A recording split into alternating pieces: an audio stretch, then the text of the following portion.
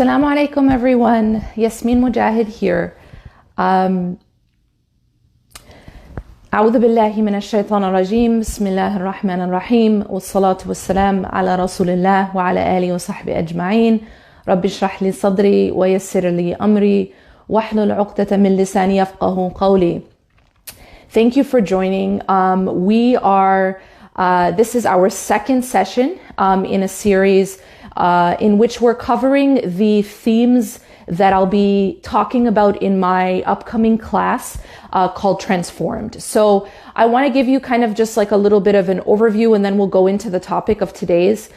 So Transformed is a class that I used to provide on site. It's my most comprehensive class that I've been teaching for many years now.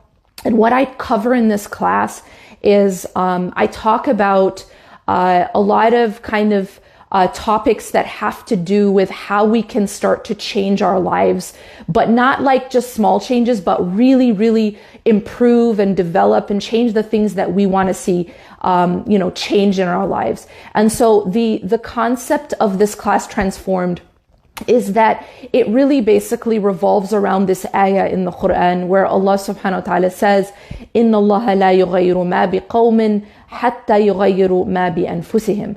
That indeed Allah does not change the condition of a people until they change what's inside themselves. And so what we learn here is that in fact, change has to happen internally. Change has to begin from inside of ourselves. And then things outside of our lives can change. That's how we're going to be able to change the problems that we have. For example, there is a lot of things in our lives right now that we may not like, that we may want to change. Maybe we have problems with our relationship with others. Maybe we have problems with our relationship with Allah subhanahu wa ta'ala. And maybe we have problems with our relationship with ourselves. And that's the actual theme. That's the topic I'm gonna focus on today. The topic of al-wadud and self-love. And what does it mean to love ourselves? And how can we build a stronger relationship with ourselves? This is one of those themes that I do get into more deeply in the course Transformed. The people who've registered for this class have gotten access. So what we do is that as soon as you register for the class, you can register at almaghrib.online. This link, inshallah, will provide almaghrib.online. The thing about registering is that as soon as you register, you get immediate access. A lot of people have asked, because alhamdulillah, we have a global community. Actually, I want you to take a chance before we jump in and tell me where you're logging in from. So we can kind of get a sense of how global this community is, and everybody has their own time zone. So what we've done is that the class is actually accessible to you at your own schedule. So you get immediate access to the class material as soon as you register, and you can watch it at your own pace, and you can, at your own schedule. The other thing is that only the people who register get exclusive access to 4 live Q&As with me. So I did my first one on Wednesday, and anyone who registers will still get a recording of that. But there's 3 more live Q&As coming up, and that's only for the people who register for Transformed as students this term. So, in terms of talking about, this concept of self-love, first of all, what is al-wadud, right? One of the names of Allah subhanahu wa ta'ala, in which we learn that Allah subhanahu wa ta'ala is the root. He is the source, capital S, of all love, of all the love that we give, all the love that we have is all rooted in al-wadud, Allah subhanahu wa ta'ala. But what is the relationship now between that love that we have and we receive from Allah subhanahu wa ta'ala and that we give to Allah subhanahu wa ta'ala and our own self-love? First of all, I want to kind of just talk about this concept because I think it's one of those really popular sort of, in this modern day, there's a lot of talk about self-love. What does it mean to have self-love? And I think it's also important to define self-love in a healthy way, because we are a people of extremes, right? I think that it's important to talk about these extremes so that we are aware of them, we beware of them, and we find that middle ground. So I think on one extreme you have this trend, right, of, yes, love yourself. It's all about you. But the problem is we've also, in a sense, moved into a culture of narcissism. And what does that mean? Well, narcissism is a personality disorder in which a person lacks empathy. And this is one of the most striking kind of characteristics of a narcissist. It's a person who basically only sees themselves, who only sees their own needs and their own perspective in any situation. And so somebody who is a narcissist would have difficulty seeing beyond themselves, beyond that self-centered sort of view, and that they would have difficulty taking the perspective of another person. They would have it would be very difficult for them to show empathy for others. It's a very self-absorbed type of disorder, and ironically, it's actually grounded, and this is very important for the topic we're discussing today. It's ironically grounded in insecurity. So oftentimes, a person who is actually at the root very, very insecure, they would cover that up, or it would be covered up by this narcissism, by basically putting themselves as basic. They become very needy of praise, needy of admiration, more than just approval. But a narcissist needs to constantly be not just approved of, but admired, almost worshipped. In a sense. And again, there's a total lack of compassion for others and understanding and empathy for others. And so it's a very unhealthy kind of self-focus, right? But then you have, on the other hand, the other extreme, and that's kind of what I want to talk about mostly today, is when a person completely lacks self-love, completely lacks healthy self-compassion. Now, what is self-compassion and what is healthy self-love? Well, a person with healthy self-compassion and self-love will have a healthy self-image, will have a sense of worth for themselves. So without being a narcissist, without believing that you are at the center of the universe, but having value for yourself, believing that you are worthy, believing that you have worth, believing that you are deserving of respect, that you are deserving of love and respect and belonging, that you have self-respect, right? Now, what does that look like practically, right? I think that one of the biggest sort of traps that we fall into, and I've heard this over the years countless times, a lot of us, and I would say especially women, are extremely hard on ourselves. And when I say that we are hard on ourselves, I don't mean that, we push ourselves to be our best in a healthy way. I mean that we beat ourselves up, and it is not healthy. And one of the ways that I think one of the most common ways that we beat ourselves up, as especially as women and generally also men, is that we have a habit which is extremely toxic called negative self-talk. Now, negative self-talk is basically the way in which we speak to ourselves, the way in which we have an inner conversation with our own selves. So, for example, when something happens in our lives, how do we talk to ourselves about it, right? Specifically when it's something negative, when maybe we make a mistake, or we let another person down, or we let ourselves down. We're not at that level of perfection that we might hope. How do you talk to yourself? This is extremely important, because this ends up becoming the foundation of our own relationship with ourselves. Now, I want you to remember that this is integral. This is absolutely essential when we talk about the relationship with our Creator. We can't really have a full, meaningful, deep, healthy relationship with our Creator if we do not have a healthy relationship with ourselves. And it goes the other way around. It goes both ways. That our relationship with ourselves is linked to our relationship with the Creator. And it should be, right? Where should we get our self-worth, right? Because this is, we're living in an age right now of social media, for example.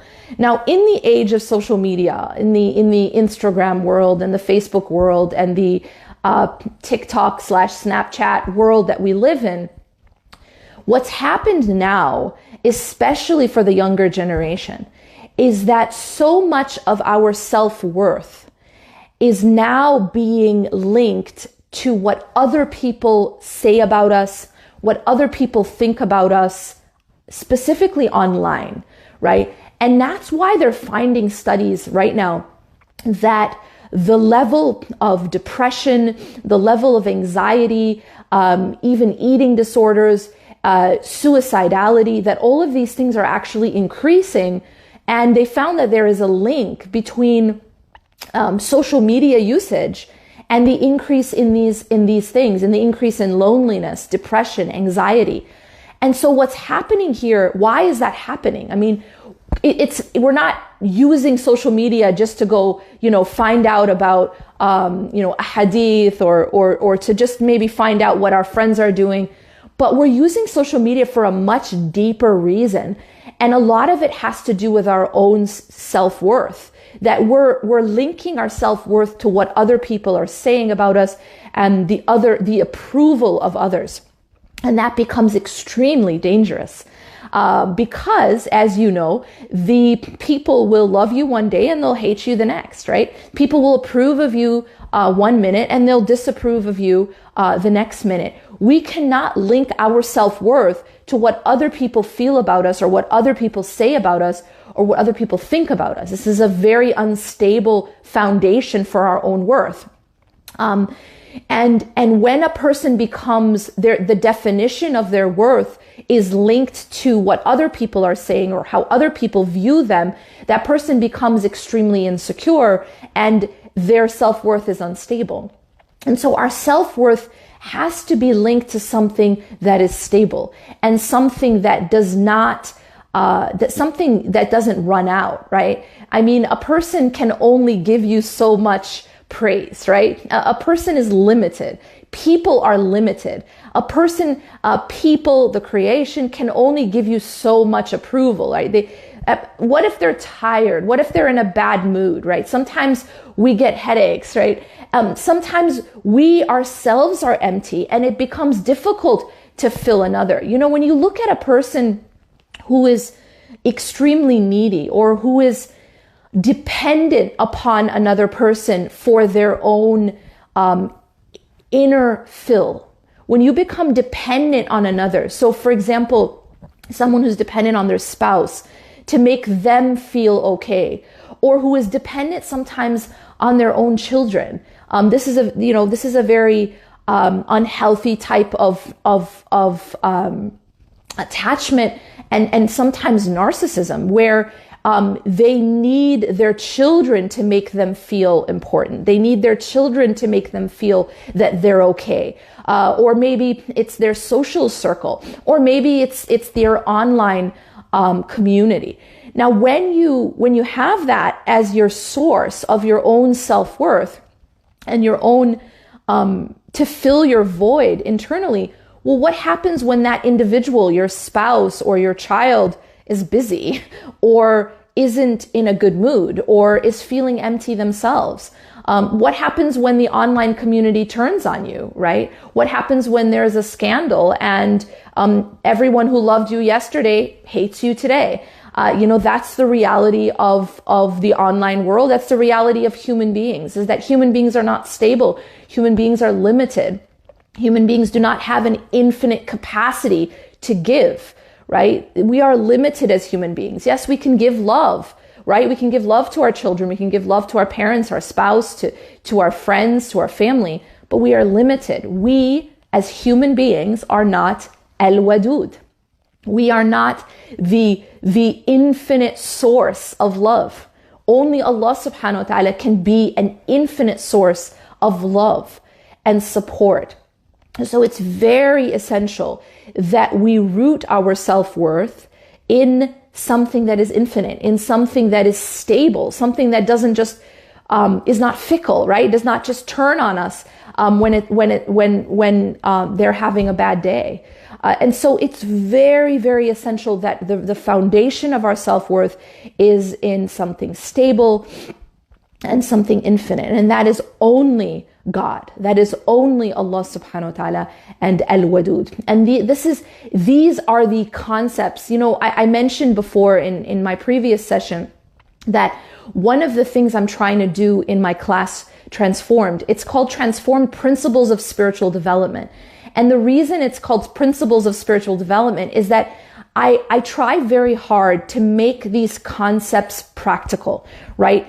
I think that so many of these concepts that we learn, you know, by our teachers and by our parents and, you know, growing up, concepts about Allah, concepts about love of Allah, hope in Allah, trust in Allah subhanahu wa ta'ala, al-wadud. You know, these are concepts that are very theoretical. And oftentimes people don't really understand the concept, but more importantly, we don't necessarily understand how to apply it in our everyday life. And that's exactly what I try to do in Transformed, is that I try to make these concepts practical. I try to make these concepts something that we hear, but then we can actually ground it. We can make it something that we live, right? We live these things. We take these concepts, very, very powerful concepts, and we use them to change our lives, to transform our lives. And that's the idea behind Transformed, is that this is something that we're applying to our lives in order for us to be changed, not just so that we can, you know, hear them in nice speeches and read them in nice books, but that we actually apply them to our lives. And this is something else that I've found, is that teaching these concepts and these ideas for many years now, right? So I've been teaching these for over a decade, these concepts of these spiritual principles, basically.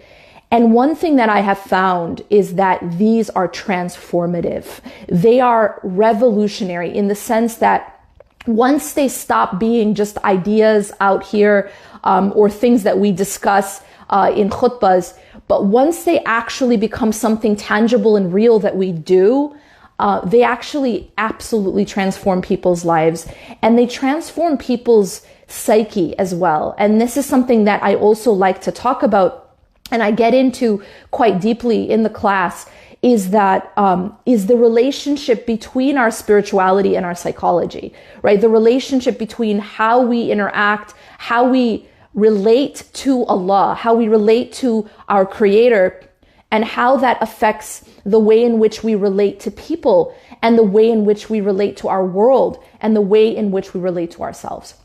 And so it's about making these things real. It's about making these things tangible, right? And Transformed is the registration's only open for about another few days. But it's an opportunity to get that. See, once you register, you get that content, the content of a full weekend seminar. You get it for a lifetime. You get lifetime access to it, and you can just watch it. You can interact with the material as many times as you want and at your own pace. So whatever time zone you're in, you also get access to the Q&A. And these are live Q&As that I have only with the students. So if you are interested in getting more information about that or registering, the website is www.almaghrib.online. Now, I want to, inshallah, just wrap up by talking a little bit about some of the things that sabotage the relationship we have with ourselves. Some of the things that sabotage our own self-worth. Now, I mentioned one of the causes here. I mentioned one of the things that sabotage our self-worth, and that is when we when we link our self-worth to something that is unstable or finite, something that is limited and unstable. And that is the creation. That is what people think, what people say. What are people going to, how are people going to view me? And when my source of self-worth and my source of approval for myself, right? And where I stand becomes other people, whether those people are online or those people are my spouse or my family or my friends or my, social circle, I become extremely weak in my own self-worth and I become unstable. And so that's one of the things that sabotages our own concept of ourselves and our own self-esteem and our own self-worth. But there's something else that also sabotages self-worth. And that is the way in which we speak to ourselves. I mentioned before, there's something called negative self-talk. This is one of the most toxic things that we do to ourselves. Now, what does this look like? Basically, this is when we find that we've made a mistake, or maybe we haven't achieved something that we want, or we feel like we failed.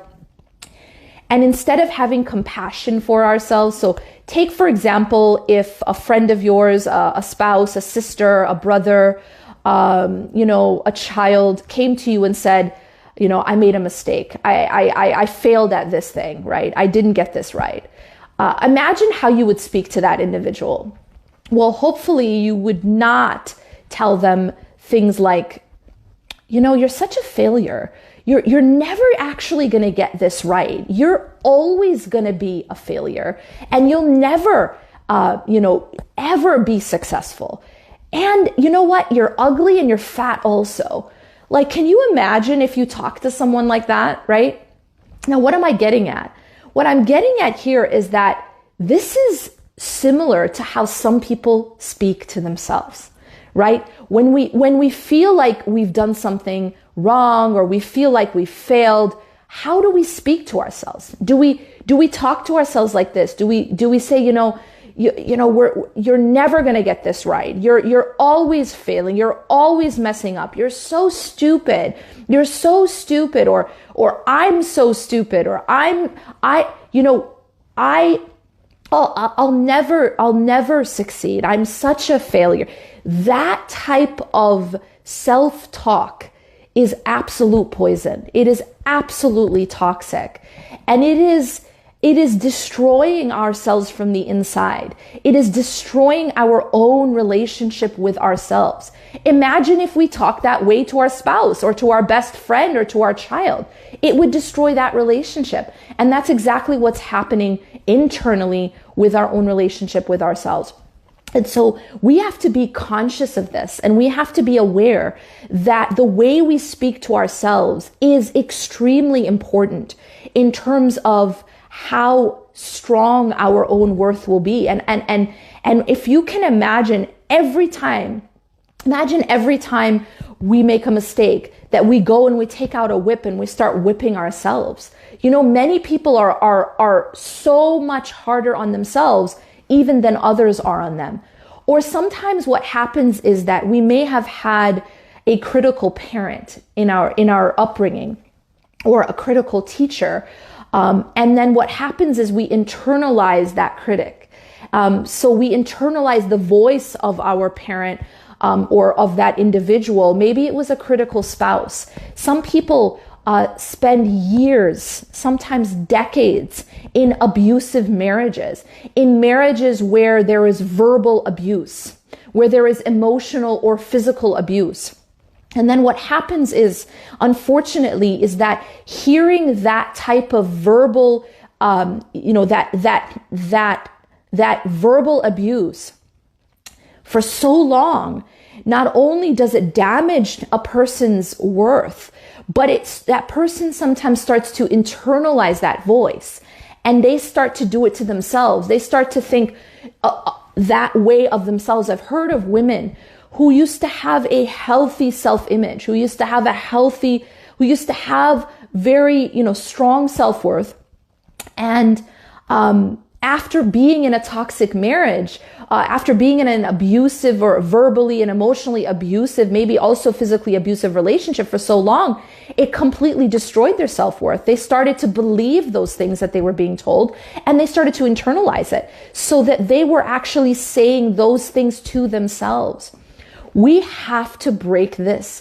We have to get out of these toxic relationships. We have to get out of these toxic environments, and we have to stop these toxic habits. The self-talk is absolutely essential in terms of whether or not we become healthy internally, and whether or not we have a healthy relationship with ourselves, and in order for us to really be able to have a healthy relationship with others, including the Creator.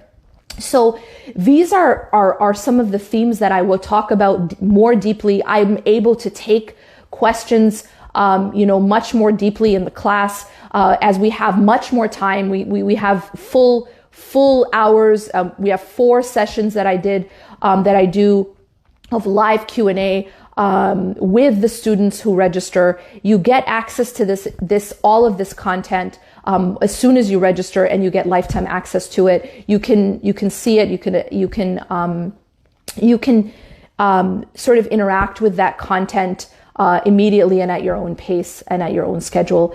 I pray that Allah subhanahu wa ta'ala helps all of us to build a healthy self-worth that is balanced, that is not to any extreme, as I mentioned, the extreme of narcissism, nor is it the extreme of beating ourselves up and having a low sense of self-worth. I ask that Allah subhanahu wa ta'ala allow us to have a healthy self-concept and to have a healthy relationship with Him and with the creation. أقول قولي هذا واستغفر الله لي ولكم إنه غفور رحيم سبحانك الله وبحمدك أشهد أن لا إله إلا أنت أستغفرك وأتوب إليك. I look forward to, inshallah, interacting with you more in the class, and inshallah having an opportunity to really, really transform our lives for the better, inshallah. Jazakumullahu khairan. Wassalamu alaikum wa rahmatullahi wa barakatuh.